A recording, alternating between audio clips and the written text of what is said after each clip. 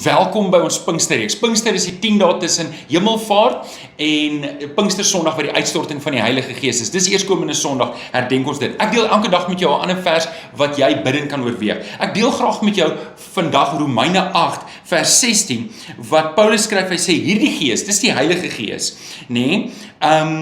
Hierdie Gees getuig saam met ons gees dat ons kinders van God is. Nou hier is 'n wonderlike vers, want hierin herinner Paulus ons dat ek en jy hoef nie geloofsonsekerheid te beleef nie.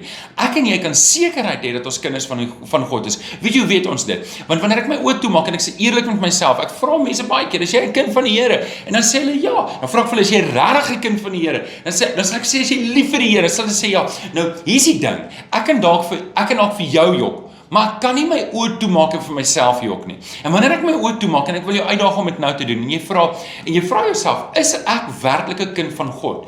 Dan sal die Heilige Gees saam met jou gees getuig en sê, dit is so, ek is werklik 'n kind van God. Mag die Here vir jou daai sekerheid gee, want daai sekerheid het ek en jy nodig, wanneer ons in hierdie donker en stikkende wêreld daar buite leef, om met sekerheid te loop dat mense kan sien, ek ken Jesus, en jy ken Jesus. Maak dit 'n saak van gebed. Ek wil hê jy moet hierdie vers ook vasmaak in jou hart. Sondagoggend gaan ons Pinkster herdenk en gaan ons net oor die Heilige Gees praat. En ek wil hê jy moet voorberei wees. Ons het 2 oggenddienste, 8:30 en 10:00. Ek hoop ek sien jou daar. Die Here seën.